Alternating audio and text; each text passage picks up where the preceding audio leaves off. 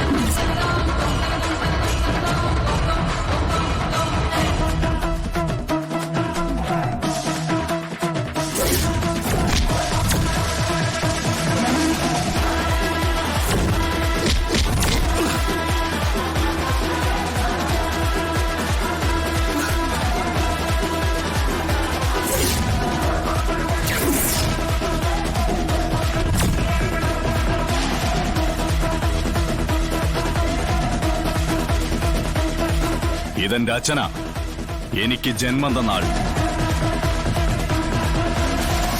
ഞാനും എന്റെ അച്ഛനും തമ്മിൽ പല പ്രശ്നങ്ങളുണ്ടാവും. പക്ഷെ മകൻ തടി പോലെ നോക്കി നിൽക്കുമ്പോ അച്ഛന്റെ ദേഹത്താരെങ്കിലും കൈവച്ചാൽ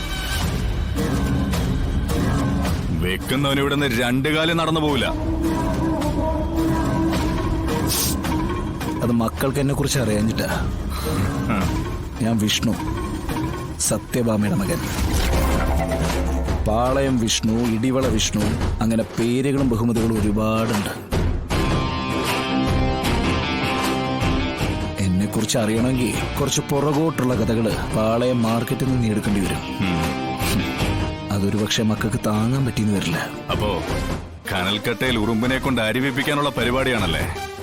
നടക്കട്ടെ.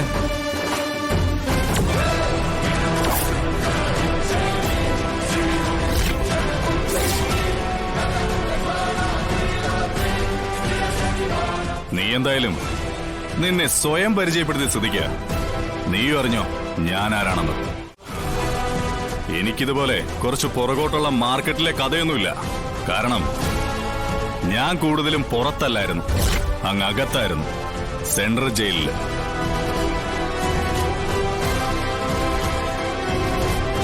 ഒന്നുപോയി തിരക്കിയ ഇപ്പോഴും മൂക്കിന്റെ പാലം നേരെയാവാത്ത ഒരു ജയിൽ വാർഡനുണ്ട്.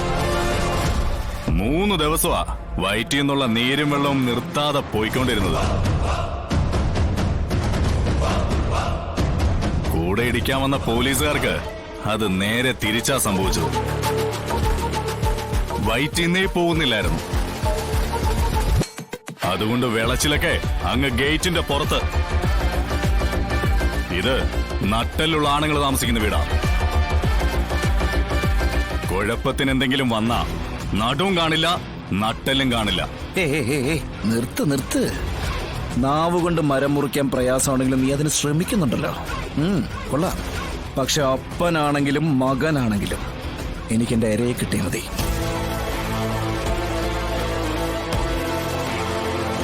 ജില്ലാ കളക്ടർ ശാലിനി വിഷ്ണുവിനെ ചതിച്ചു കൊല്ലാൻ നോക്കിയത് നീയാണെങ്കിലും നിന്റെ തന്തയാണെങ്കിലും കിടത്തി ഉറക്കിയില്ലടാ ഈ വിഷ്ണു.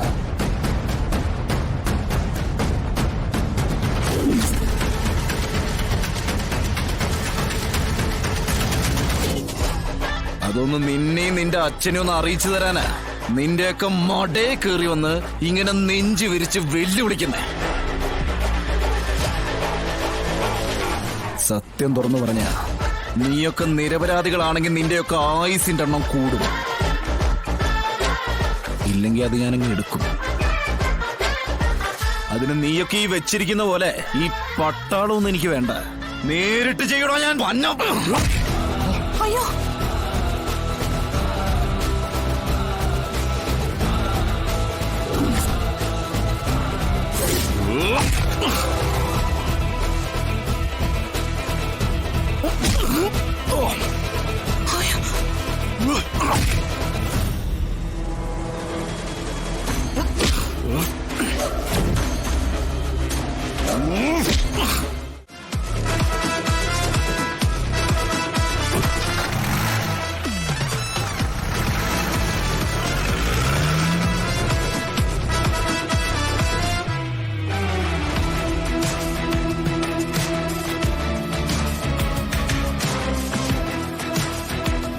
അവനിൽ ഒരു തീയുണ്ട്.